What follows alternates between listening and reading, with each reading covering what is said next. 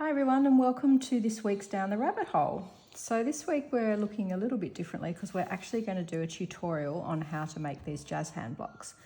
Now there's two different ways to make the jazz hand blocks. If you want to know about the quilt, you can watch last week's Down the Rabbit Hole, which tells you the story of the quilt and why I made it and how to get the pattern and all of those things.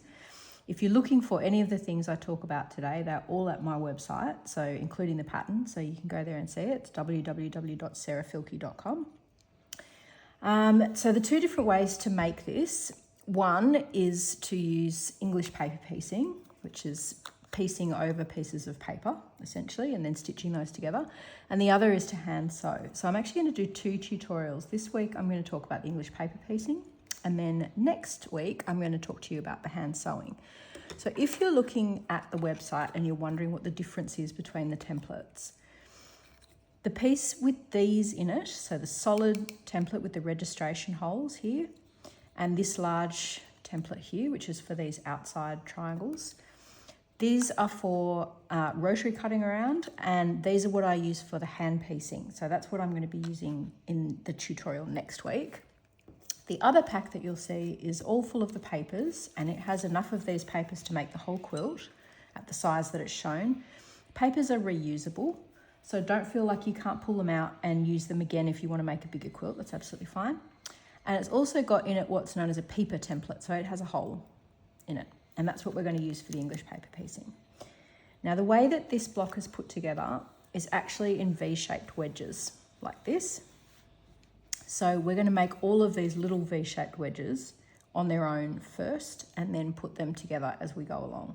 So I'm going to talk to you about how to put one of these together, and then you'll see how the rest of them all go together afterwards. But do make sure and read the pattern, because these wheels don't go together in one piece. It's actually not how the quilt is pieced. So when you're making them, don't just start out and make a whole bunch of wheels and then go back and read the pattern. Make sure that you read first. But you will be making these V-shaped wedges, so we can make one of those. So what I have here is a sandpaper board. So this is to trace your fabric on. It stops your fabric from shifting while you're tracing around it. I have my peeper template and the papers. I have a sharp pencil, very important. I'm going to sharpen it in front of you so that you can see that it's sharp. It's important that you keep it sharp, because if you have a blunt pencil or a pen, a roll pen or anything like that, and you trace down into here, you are not actually getting the exact seam. You're getting something that's just outside of that seam. So make sure that you use a really nice sharp pencil. And I also have a fussy cutting mirror. These are available from my website, and these are fantastic for getting your stripes to come into the center and all of those sorts of things. So to cut with the mirror, it's a really fun thing so that you can see things like stripes. So this is probably the easiest stripe to have a look at. So if I decide that I want my stripe to go, say, right up the center of that orange piece, I will get my piece of jazz hands. It's going right up the center of the blue because I wasn't watching. Put that on so that it's level, and then you can take the paper out. Oops. And you'll see what that stripe is going to do inside. And you can decide when you shift it. See, there's subtly different patterns that you get when you move it to different parts of the stripe. So on a really simple stripe like that, it's obvious, it's fairly obvious, the pattern that you're going to get. And I've actually cut that one out ready to show you piecing some of it together. I've got some more complicated stripes here. So this one has lots of different colours. And it really is amazing the different effects that you can get when you shift the mirror around. Line that up. So all I've done is just cut out of a piece of cardboard the bottom edge of that to make that little peeper thing. I'm going to flick that out, which is always difficult with you watching. So here is the effect that I'm getting on that part of the stripe. But if I move it, look at all the different kaleidoscope effects that you get from using a stripe that's all sorts of different colours. So you can use the one fabric on a bunch of different blocks, and you won't even know that it's the same fabric. So the fussy cutting mirror really is a very handy thing to have. And the other thing that it can do, let's get some other fun fabrics over here. Let's try this fishy.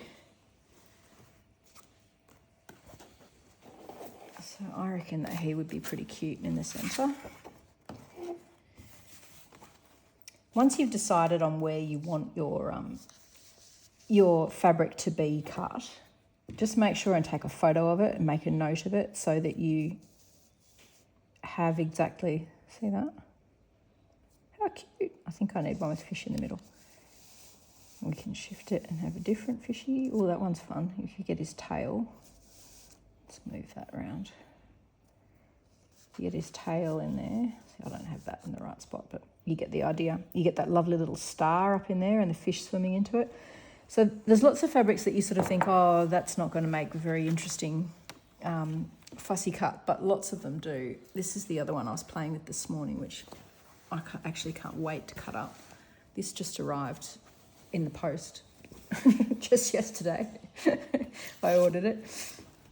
And I have been playing with it ever since because it's absolutely fantastic. So for this one, what I'm going to do is I'll just poke that up into there because I really want to be able to move that around. So I've got the angle. And the more I shift this,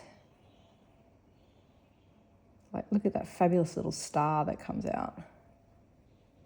And see how it changes as you pull it towards you. Look at that. Such great fabric.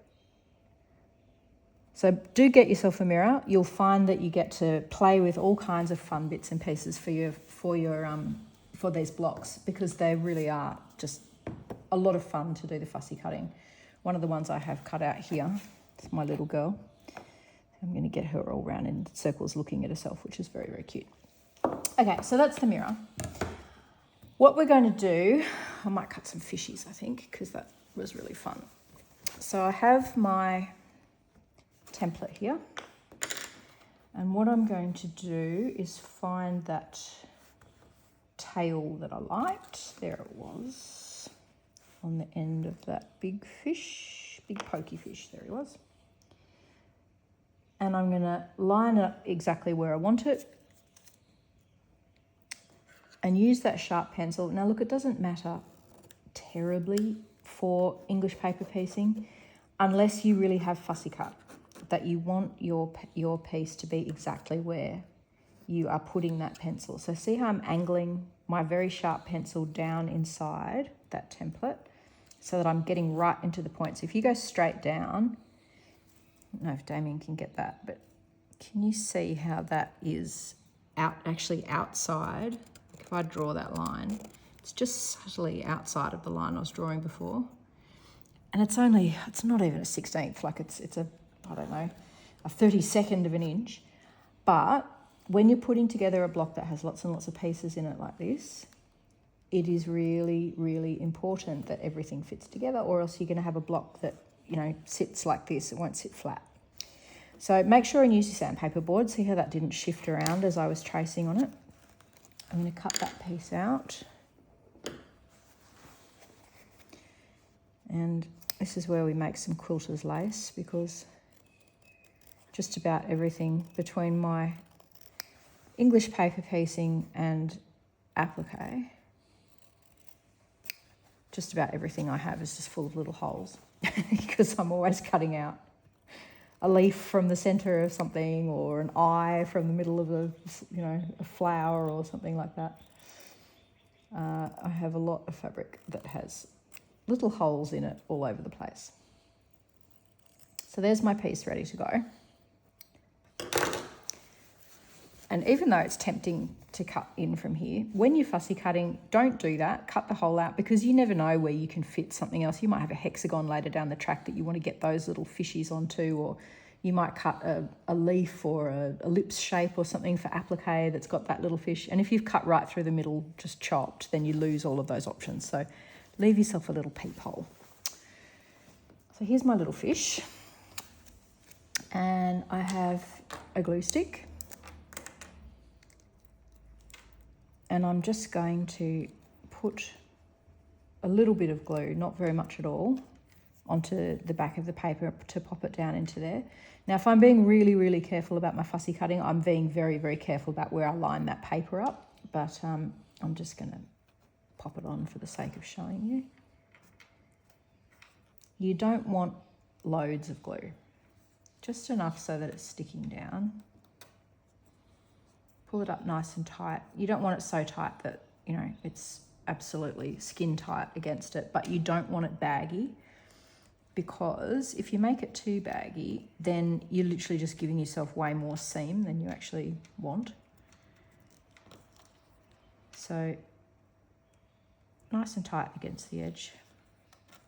You can use a little, you know, stick or something to help you prod that over so you don't get covered in glue. I personally just get covered in glue. I don't mind too much. So here's my little piece. I am not in any way fussed that these pieces stick out, because as I sew them together, we're just going to fold those down out of the way. So it's perfectly fine that they're poking out. So I am going to go and do a couple more, and then I'm going to show you how to stitch these together. So what we're going to be putting together is this part here. So I have the center piece here, and then these two side pieces. All of the pieces in this wedge are created exactly the same way. So you're going to make this, and then this, and then this, and then this, and then they're all going to be stitched together to make a giant one of those. That's essentially just that. And then that's how the wheel goes together. So here is the pieces that I have cut out. I'm going to have that stripe coming into the center, and then I have the two little girls on the outside like this. In order to stitch them together, I'm going to put them right sides together, and I like using a clip on one end, and I use a milliner's needle. So this is my own brand, Sarah Filkey brand milliner's needle. This is a number 11. Some people like 10s, some like 11s. The 10s are slightly thicker than the 11s, just so you know, and slightly easier to thread. They are very, very fine. So now normally I would use a matching thread, okay? So for something like this, I'd use the dominant color. So I'd be using an off-white on here. I'm going to use the green in the hope that you can see what I'm doing. So normally I would not be using a green thread. So I'm going to come through here at the end, away from where I've put the clip. Now I have a knot at the end.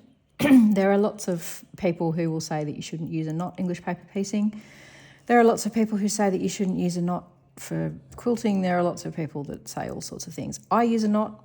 The knot is going to be hidden at the back of the patchwork. If you care that much about the back of your patchwork, feel free not to put a knot.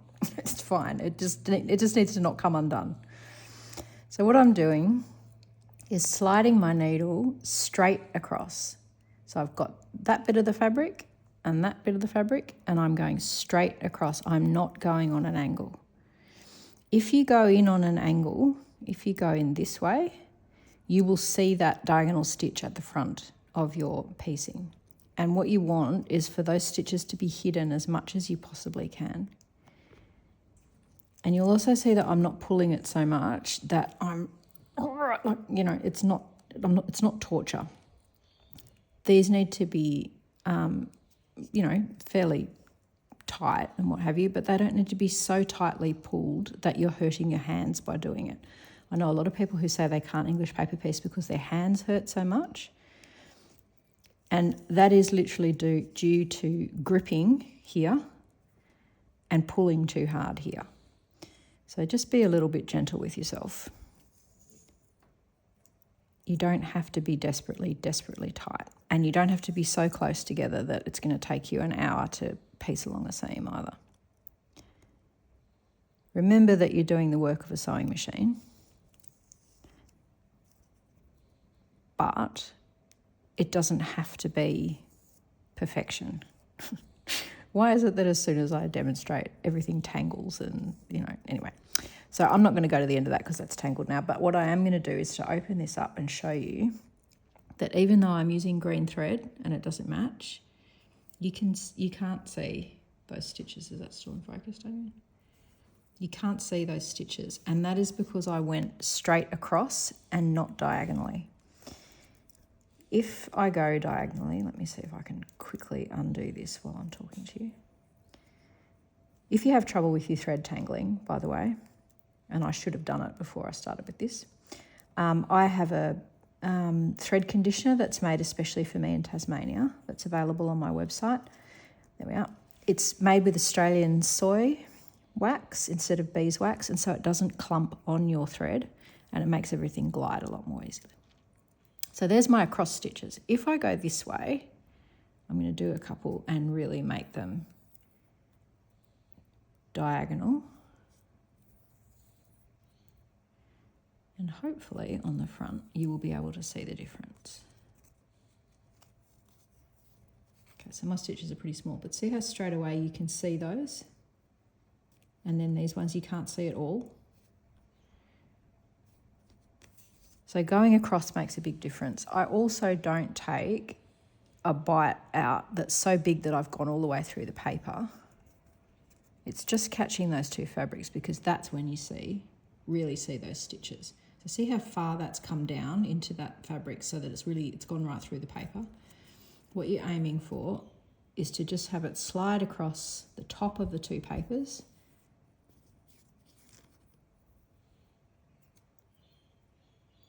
And that's why you have the fabric tight, but not so tight that you can't maneuver the needle at all. So when you come to the end, you're going to go all the way to the end as far as you can go, because when we've got all of these together, you want to make sure that you don't have a hole in between all the pieces. So all the way right to the end. One more nice little tight tug, make sure it's all snug. And then I go back through the loop 3 times. 1, 2, 3. Make sure it's nice and snug. And then take it off. And there's my first one. So now we're going to do the other one. And the other one obviously is going to have a Y seam in it, because this needs to be stitched along here and then up here. And when you're machine piecing, that can be a real pain in the neck. When you're English paper piecing, it's easy because you can fold everything out of the way. So make sure everything's all nicely lined up again. Clip down that end. I'm going to stitch down to here, and then I'll come back and show you how to go around that corner. So again, using my green thread, I've come all the way up here, and see I'm not quite, can you see that little tiny, it seems like such a tiny little bit, but just take a stitch so that you are connecting up all of those little ends in there. And this is where this piece is going to go. So now I'm going to turn the two girls together, and you can just put a little pinch into that paper, which is the nice thing about English paper piecing, is it's bendy. Pop your clip on. And now I'm going to come back through here. Make sure that I have that corner really nicely stitched together so that there's no hole where those pieces meet. And now I'm coming back across. Whoops, to the end, just like with the other piece. So here's my little wedge put together, and you can see that even though you can't really see my stitches, you can see that green tinge. See that? So anyone who thinks that it's not important to use thread that matches, you can see just that faint green line along there. So if I'd used a grey thread or something like that, which a lot of people love to say that, it doesn't matter, you just use a grey for everything, you will see that faint grey line along there. So just do be a little bit careful. Now you can see on the back, everything's all nicely put together. And what you're going to do is to go off and make all of those pieces exactly like that. And none of the sewing that comes next is any more difficult than what we've just done, because the hardest part when you're English paper piecing of this whole thing is getting the hang of doing that part and getting the hang of hiding your stitches. I hope you've enjoyed down the rabbit hole this week. I'm off to put together some more pieces and get going on my little wedges.